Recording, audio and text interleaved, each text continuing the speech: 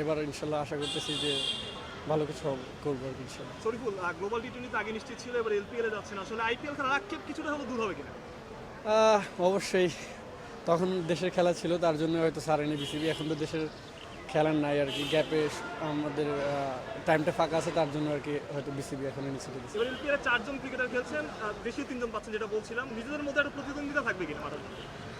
না, এখানে তো নিজেদের মধ্যে কোনো প্রতিদ্বন্দ্বিতা নাই। আসলে আমরা চেষ্টা করবো যে সবাই যাতে ভালো করে। সো আমরা যদি ভালো করি আমাদের নিজের ভিতরে কনফিডেন্স বাড়বে। সো এইটাই আর কি। আনফরচুনেটলি ওয়ার্ল্ড কাপে একটা ম্যাচও পাননি, তারপরে এই যে এলপিএল এ ভালো একটা সুযোগ পেলেন, নিজেকে উজ্জীবিত করছেন কিভাবে?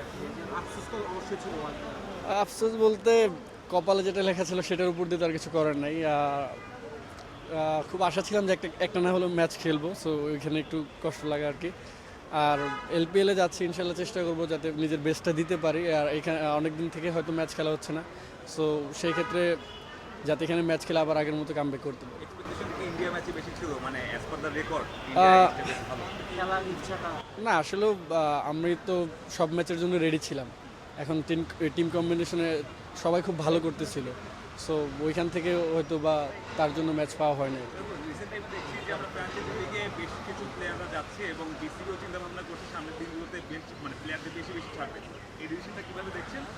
এটা ভালো দেখতেছি, কারণ আপনি যদি দেখেন আফগানিস্তানের প্লেয়াররা কিন্তু সব ফ্র্যাঞ্চাইজিস খেলতেছে এবং কি তারা টি-20-তে সব প্লেয়ারের সাথে খেলতেছে। সো একটা প্লেয়ার বড় বড় টিমের প্লেয়ারের সাথে খেললে হয়তো বা নিজেদের প্রতি অনেক ইজি লাগে, কারণ তাদের সাথে অনেকগুলো ম্যাচ খেললে তাদের উইক পয়েন্টটা বেশি করে জানা যায়। সো সেই ক্ষেত্রে এটা ভালোই আর কি।